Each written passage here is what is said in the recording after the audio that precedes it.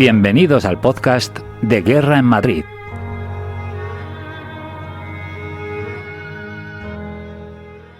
¿Qué tal, amigos? Muy buenas y bienvenidos a Guerra en Madrid, el único podcast que habla exclusivamente de la Guerra Civil Española. Un podcast que tiene ya 2 años y que poco a poco se está consolidando en las principales plataformas. Es verdad, no somos de publicar episodios todas las semanas, pero preferimos ir poco a poco y cuando sacamos un programa, hacerlo con calidad y sobre todo intentando que sea de interés para todos vosotros, que al fin y al cabo sois los que estáis ahí, detrás, escuchando.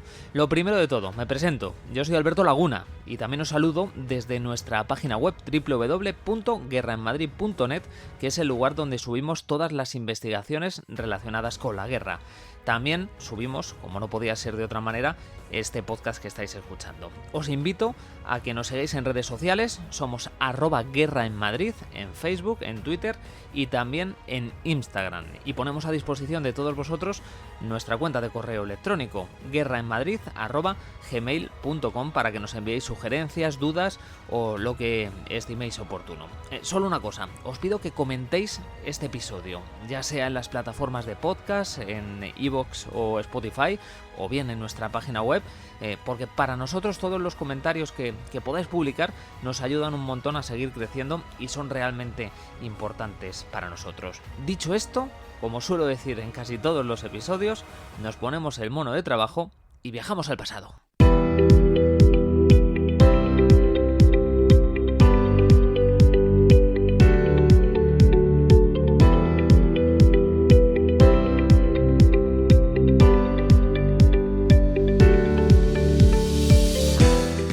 En el programa de hoy vamos a hablar de operaciones clandestinas, de acciones de espionaje y contraespionaje, de sabotajes, de asesinatos selectivos, de noticias falsas, de robo de cazas, de evasiones imposibles. Unos temas interesantes, ¿verdad? Pues bien, estos son algunos de los capítulos que pueblan las páginas de nuestro último libro, el libro que acabamos de publicar y que ya se encuentra en las principales librerías del país y por supuesto en Amazon. El nombre de nuestro nuevo libro es el siguiente: La guerra encubierta, operaciones secretas, espías y evadidos en la Guerra Civil Española, y está editado por la editorial Arzalia, que como sabéis está especializada en libros de historia. Lo sabemos, nos teníamos muy callada la noticia, no habíamos querido compartir con nadie el trabajo que llevábamos haciendo en la sombra desde el año 2022. Pero cuando entramos en fase de investigación, sinceramente nosotros estamos a lo nuestro, que es investigar, a leer cientos y cientos de documentos antiguos, a intentar descifrar claves o enigmas imposibles y no queremos que nada ni nadie nos perturbe, ¿no? Por eso hemos estado 2 años, digamos, a medio gas. Hoy os vamos a contar en qué consiste esta obra y qué operaciones vais a poder leer en la guerra encubierta, ya que las acciones que contamos en nuestro libro han sido completamente inéditas hasta ahora. Unas operaciones que no solo están ubicadas en Madrid o en la zona centro de España, sino que nos van a llevar a recorrer infinidad de zonas a lo largo y ancho de la geografía española, ¿no? Cataluña, País Vasco, Teruel, las Islas Canarias, Asturias, Castilla y León, Aragón, incluso Tetuán, Incluso Tetuán. El libro está dividido en 4 partes claramente diferenciadas entre sí. La primera pone el foco en las operaciones que tuvieron lugar en las primeras semanas de la Guerra Civil, como fueron los atentados que sufrieron algunos mandos militares en la Sierra Madrileña, o un fenómeno que nos ha dejado completamente locos a nosotros. Y es que durante el mes de julio y agosto de 1936, en esa Sierra Madrileña de Guadarrama, se produjo una oleada de suicidios entre los principales jefes militares del Ejército de la República. No vamos a entrar en detalle para no hacer spoiler, pero podemos decir que tras varios meses, por no decir años de investigación, estamos en disposición de decir que aquella versión oficial que se contó en esa época sobre las muertes suicidas de altos mandos militares, pues dista mucho de la realidad. Que en realidad no fueron suicidios, sino que fueron otra cosa, ¿no? En esa primera fase, o en esa primera parte de nuestro libro, también vamos a viajar hasta las Islas Canarias. Allí profundizamos sobre una historia que nos dejó sobrecogidos, la de un brigada de la Guardia Civil que decidió desafiar a Franco ante todo pronóstico. Apoyado este guardia por los números que estaban asomando en una pequeña casa cuartel de La Gomera, y apoyado también por decenas de civiles, decidió enfrentarse a las fuerzas sublevadas porque se negaba a apoyar el alzamiento militar. Pensaba que su deber como guardia civil, el de esta brigada, era defender el régimen que por aquel entonces predominaba de España, ¿no? Que era el régimen republicano, cuya bandera había jurado en el año 1931. Este suboficial fue el único que defendió a tiros a la República en Canarias, aun sabiendo que la sublevación de Franco y de Mola había triunfado en todo el archipiélago. Un capítulo que a buen seguro que os va a dejar conmocionados, diría yo.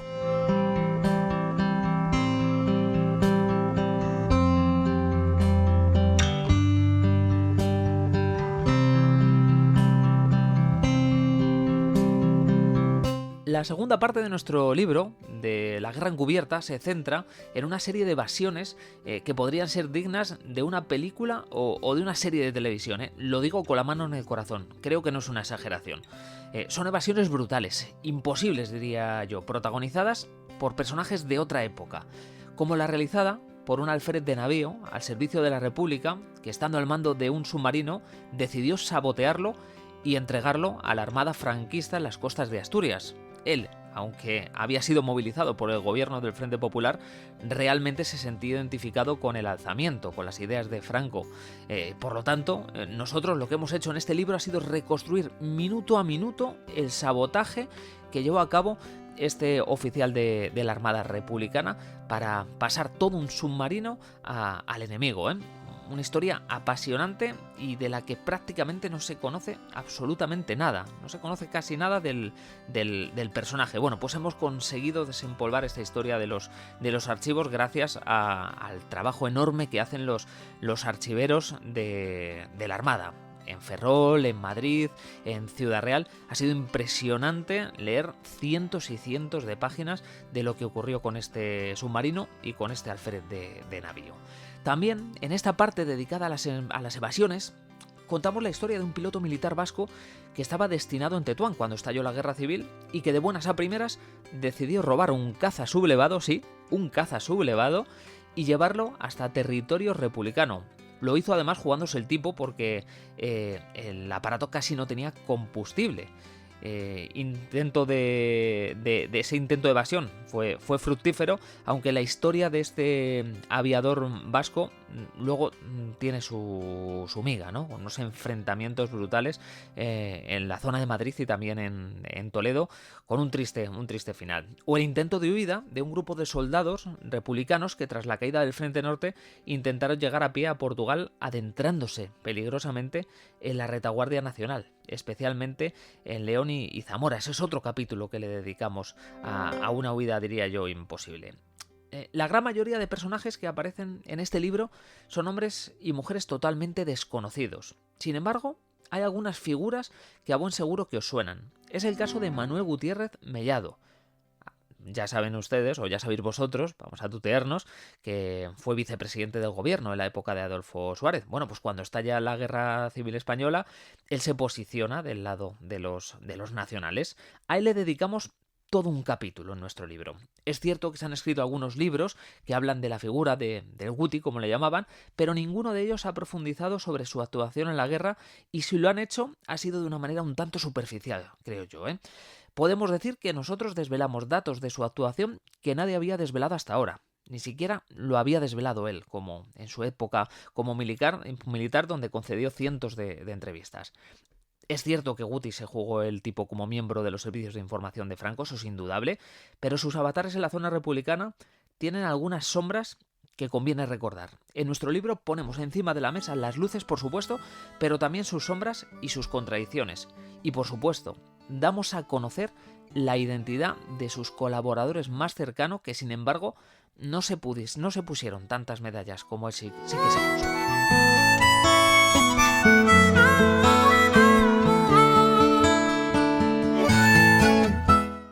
También hablamos, en otro de los capítulos, del ingeniero Alejandro Goicoechea, futuro inventor del Targo, que tiene un capítulo en nuestro libro. Como sabéis, cuando estalla la guerra, Goicoechea estaba en Bilbao trabajando en el mundo del ferrocarril, pero el gobierno de Euskadi le movilizó casi a la fuerza para encargarse de la construcción del cinturón de hierro, es decir, construir una serie de defensas alrededor de Bilbao para que ésta no cayera en poder de los sublevados. Ya sabéis toda la industria que tiene Bilbao.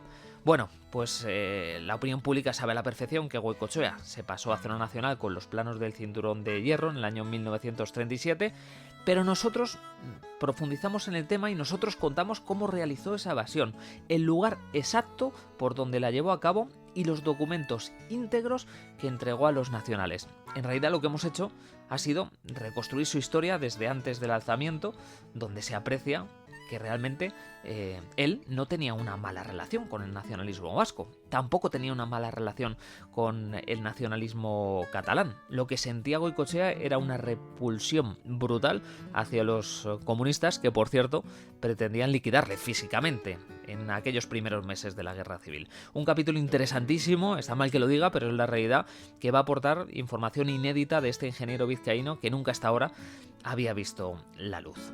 En la Guerra Encubierta también viajamos a Cataluña y lo hacemos en varios capítulos porque cientos de personas allí fueron perseguidas por sus ideas políticas, ¿no? Sobre todo si eran monárquicos, si militaban en Falange, incluso por sus creencias religiosas, ¿no? Estaban estas personas, cientos de personas, en el punto de mira de los organismos represivos de la Generalitat y también de los organismos represivos de los partidos políticos y de las organizaciones sindicales del Frente Popular, ¿no? Debido a su situación peligrosa, algunos hombres y mujeres, especialmente falangistas, decidieron organizarse primero para salvar el pellejo y segundo para intentar evadirse a Francia, ¿no? A través, en su mayoría, a través de las montañas, ¿no? En los Pirineos hubo rutas de evasión durante toda la guerra.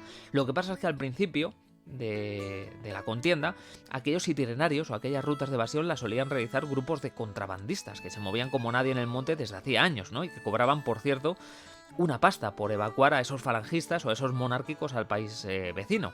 De ello hablamos y también hablamos de cómo los servicios secretos de Franco se apoderaron de esas rutas para evacuar e introducir en territorio catalán espías muy pero que muy significativos. Algunos incluso con material de interés, emisoras de radio clandestina, armamento, etcétera, etcétera. Es decir, en este libro hablamos mucho de espionaje, de contraespionaje, de servicios secretos, que si os gusta la temática, seguro que lo vais a disfrutar.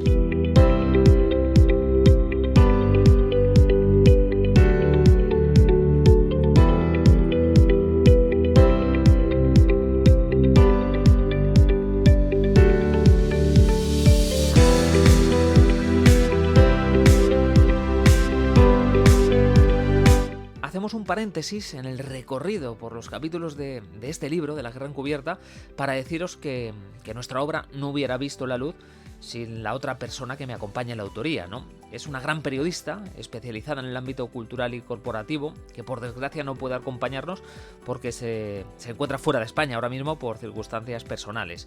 Se llama Victoria de Diego. A ella le agradecemos sin lugar a dudas que haya trabajado con nosotros codo con codo a la hora de la realización de este libro, del trabajo de investigación que ha hecho y también del trabajo de edición. Tampoco hubiera sido posible esta obra sin Pedro Corral, periodista y uno de los mejores investigadores de la Guerra Civil para nosotros, que ha escrito el prólogo con su pluma intachable. Pedro nos ha dejado el siguiente mensaje hablando de la Guerra Encubierta y de las páginas que os vais a encontrar si al final os decidís por comprar este libro. He tenido el honor y el privilegio de escribir el prólogo de la Guerra Encubierta gracias a la amabilidad de sus autores, Alberto Laguna y Victoria de Diego. Este es un libro de los que aviva el interés por la historia y las historias de la Guerra Civil Española. Es una rigurosa y detallada investigación sobre los protagonistas de la Guerra Encubierta desarrollada en la retaguardia de ambos bandos. Todos los capítulos ofrecen un apasionante relato, narrado con amenidad y objetividad, sobre la base de un ímprobo trabajo de investigación histórica en fuentes primarias inéditas. A lo largo de las historias recogidas en la Guerra Encubierta se nos revelan dos escenarios de la Guerra Civil apenas transitados. Uno es el campo de batalla íntimo, particular, invisible a los demás, donde pugnan las emociones, afectos y lealtades encontradas de cada uno de sus protagonistas a la hora de elegir su postura ante las dos Españas en liza. El segundo escenario es un campo de batalla sin límites ni horizontes, expandido por todos los rincones de la geografía española, donde una lóbrega habitación del barrio gótico de Barcelona o la cocina de una humilde casa en una aldea perdida de Teruel pueden adquirir, en un momento dado, la trascendencia de una posición terminus o una posición jaca. El resultado es un libro de un profundo e intenso calado humano, con impactantes historias con nombres y apellidos, intensas y escalofriantes, emocionantes y desgarradoras, conmovedoras e intrigantes. La guerra encubierta es, en definitiva, un homenaje a quienes no se resignan ni se conforman con lo ya sabido o conocido de nuestra contienda, piensen lo que piensen acerca de ella. Como escribo en el prólogo, a quienes seguimos creyendo que hay tantas guerras civiles como españoles la vivieron, sufrieron o protagonizaron, frente a las visiones planas, monolíticas y superficiales que tratan infructuosamente de imponerse, este libro es un auténtico hito a la hora de sumergirse en aquella marea de humanidad doliente que anegó las vidas de nuestros antecesores y que aún hoy nos interpela a todos con tantas preguntas sin respuestas, ahogadas en el silencio de los muertos. No tenemos más que palabras de agradecimiento hacia Pedro Corral, autor de reconocido prestigio, cuyos libros son una maravilla y que nosotros recomendamos desde aquí por su calidad investigadora y además por ser tremendamente ecuánimes. Seguimos repasando los capítulos que pueblan las páginas de la Guerra Encubierta. La tercera parte de nuestro libro entra de lleno en las operaciones secretas que ambos bandos realizaron durante la Guerra Civil. Unas operaciones llevadas a cabo en la retaguardia enemiga por los servicios de información de uno y otro bando y que han permanecido sepultadas en lo más profundo de los archivos. Abrimos este bloque con un asesinato cometido por el espionaje republicano en Madrid en otoño de 1936. En nuestro libro hemos puesto el foco en lo sucedido con un súbdito extranjero que residía en la capital. No diremos el nombre ni la nacionalidad para no hacer spoiler, pero sí que diremos que durante el dominio republicano le hicieron desaparecer de golpe y porrazo porque el espionaje del Frente Popular tenía las sospechas de que ese extranjero trabajaba o bien para los servicios secretos de Franco o bien para una nación extranjera relacionada con el eje, ¿no?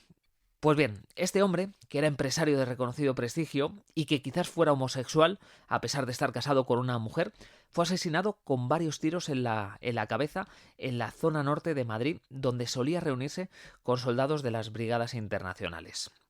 Esta operación de exterminio no fue la única que se llevó a cabo en la retaguardia republicana. En Barcelona sucedió algo parecido cuando quedaban unos pocos meses para que terminara la guerra civil.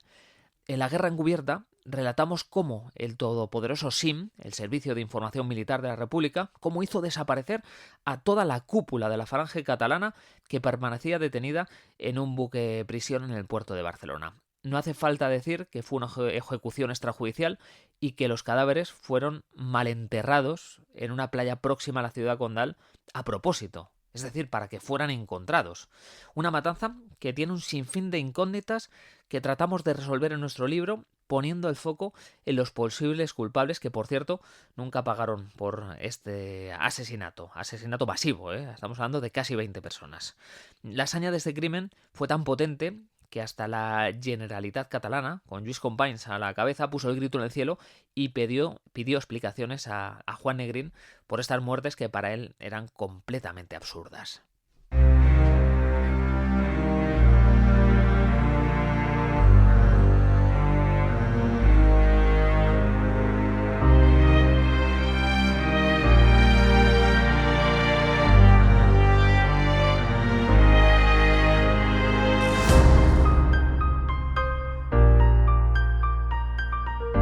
El bando nacional también realizó un puñado de operaciones clandestinas en territorio republicano, como la infiltración de un agente francés captado para la ocasión, venido desde San Sebastián, con una emisora de radio con la que contactaría con sus superiores desde Barcelona, ¿no? Una operación que no salió como esperaban y que coincidió con el inicio de la batalla del Ebro. También le dedicamos otro capítulo a la lucha de un capitán de la Guardia Civil destinado en Teruel que combatió a los grupos guerrilleros republicanos del SIEP, el Servicio de Información Especial Periférico, que se infiltraban en toda la comarca de Teruel, ¿no? Un personaje de otra época, pero con una intuición fuera de lo normal para detectar redes de espionaje enemigo dentro de su retaguardia. Una de ellas, por cierto, estaba dirigida por una de las mujeres más valientes e inteligentes que he conocido o que he investigado en mucho tiempo. De ella también hablamos en nuestro libro y le dedicamos un capítulo entero. También hablamos en La Gran Cubierta de cómo fue descubierta una red de inteligencia republicana, la retaguardia franquista, que operaba entre Molina de Aragón y Calatayud. Al frente de ella también estaba una mujer que, sin embargo, había sido captada por el gobierno de la República en Segovia, es decir, en zona nacional. O sea, imaginaros cómo los republicanos captan a una mujer en zona nacional, cómo se la llevan hasta Madrid, cómo la forman como espía y cómo la mandan hasta Molina de Aragón y Calatayud para liderar una red de agentes secretos. Bueno, esto sucedió en 1938, cuando la Guerra Civil estaba dando sus últimos coletazos.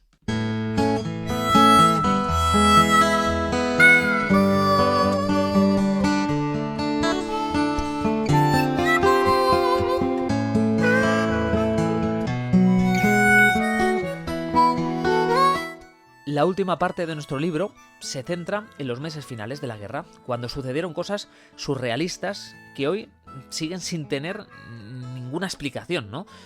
¿Os imagináis a un teniente coronel del ejército sublevado que decide desertar al bando republicano cuando solo quedan 2 semanas para terminar la guerra?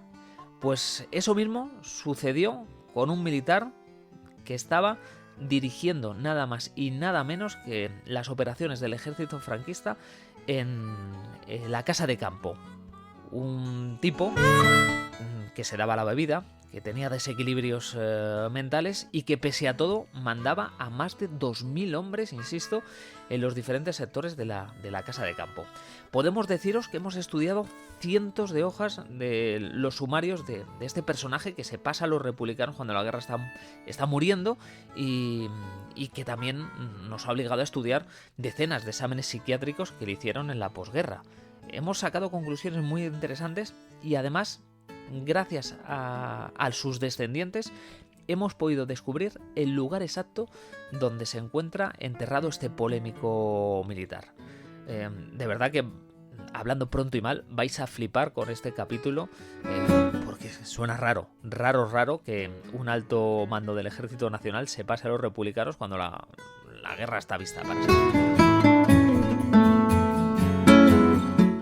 En otro de los capítulos de La Gran Cubierta presentamos a un personaje totalmente desconocido para los estudiosos de la Guerra Civil. Hablamos de un tipo casi anónimo, pero que tuvo un papel crucial en los meses finales de la guerra. Se trata de un comandante de infantería que dirigió las negociaciones de paz. Sí, señores, hubo negociaciones de paz entre republicanos y nacionales en la base aérea de Gamonal en marzo de 1939, cuando solo quedaban unos días para que la guerra finiquitara. También relatamos en otro capítulo cómo transcurrieron los últimos 3 días de la Guerra Civil en el Madrid republicano. Intentamos, en ese capítulo, que el lector sea un espectador de lujo de lo que ocurrió en los puntos claves de la capital entre el 25 y el 28 de marzo de 1939, aportando nuevos e inéditos datos, ¿no? Por un lado, nuestra cámara literaria enfoca el caos que se vivió dentro del Ministerio de Hacienda, donde estaban encerrados los principales políticos y jefes militares de la República, entre ellos Julián Besteiro. También ponemos el foco en las trincheras franquistas, donde ya se preparaba el asalto, pacífico o no, hacia Madrid. Ponemos el foco en el Ayuntamiento de la capital, donde la última corporación municipal se prepara para entregar las llaves de la ciudad de la manera más digna posible. Y por supuesto esa cámara o esas cámaras ficticias o literarias en forma de letras nos permitirán entrar en las calles madrileñas para acompañar a los miembros de la quinta columna que empezaban a controlar durante el día 27-28 de marzo los puntos estratégicos de la ciudad como el metro, las estaciones eléctricas e incluso el aeródromo de Barajas. Y el último capítulo de La Guerra Encubierta nos presenta a un aviador también desconocido para el gran público. Un aviador al que el general Miaja le debió la vida, indiscutiblemente, ¿eh? Fue un capitán piloto el capitán piloto que evacuó al general republicano de España cuando solo quedaban unas horas para que los nacionales entraran en Alicante. Le evacuó además en unas circunstancias muy difíciles, con un avión en mal estado, corriendo el riesgo de ser derribado por los cazas nacionales que el día 29 de marzo ya dominaban el cielo. Un hombre que fue acusado, por cierto, este capitán piloto, de espionaje en la posguerra en Tánger y que pasó varios años detenido a su regreso en España.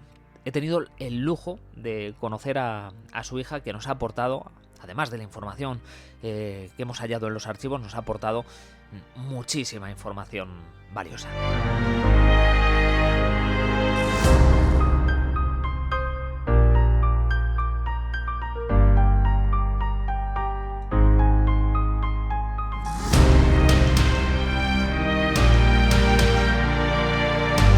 Sinceramente, espero que os haya servido de utilidad este índice hablado de nuestro libro, editado por Arzalia, que desde hoy está a la venta en las principales librerías de nuestro país y que por supuesto se puede adquirir a través de las plataformas tipo Amazon, Casa del Libro, Fnac o El Corte Inglés, ¿no?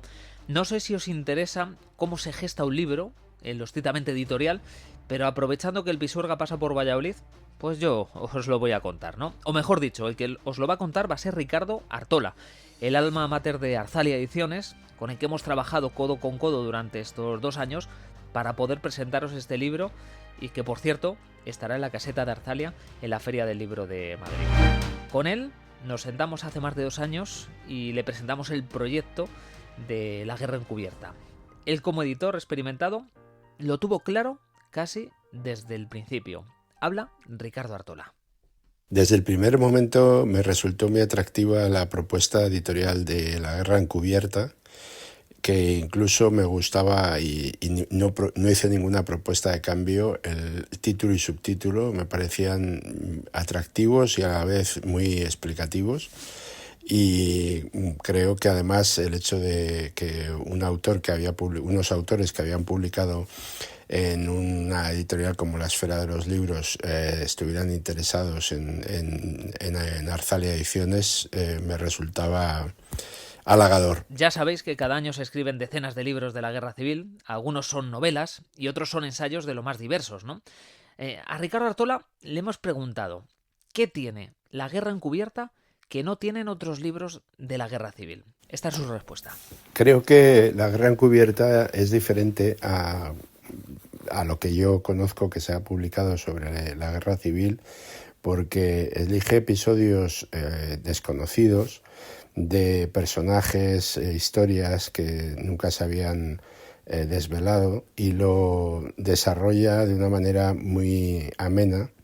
Todo ello en torno a la idea de los evadidos y de los episodios de espionaje, de servicios de información.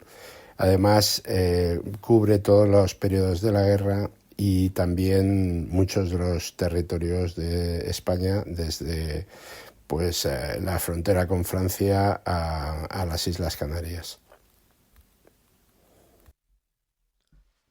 La última pregunta que le hemos hecho al editor de nuestro libro ha sido un poco comprometedora, ¿eh? ¿Para qué nos vamos a engañar? Hemos querido saber, desde su punto de vista, cuál es la historia de nuestro libro que más le ha impactado o que le ha llamado más la atención. A ver qué nos cuenta. Realmente es un compromiso y es difícil quedarse con uno solo de los episodios de este libro, porque todos ellos son muy atractivos. Pero quizá me impactó el episodio del Guardia Civil de La Gomera, porque que un territorio que cayó del bando nacional desde las primeras jornadas de julio del 36 pudiera pensar en tener una resistencia eficaz contra el golpe, pues me resulta como mínimo enternecedor y es un poco esa figura siempre repetida de nuestra historia y de nuestra mitología, que es la del Quijote, ¿no? Ese es un episodio muy atractivo, y también diría que los que transcurren en la Barcelona republicana en distintos momentos de la guerra, con infiltraciones y agentes dobles.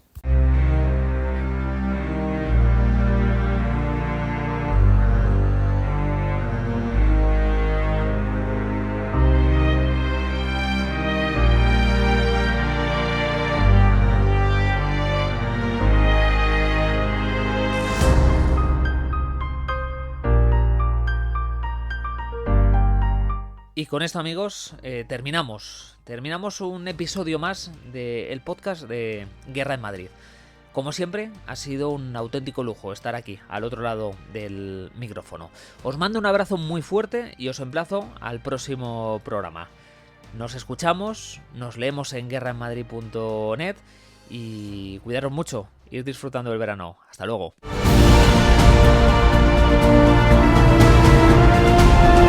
Guerra en Madrid, con Alberto Laguna.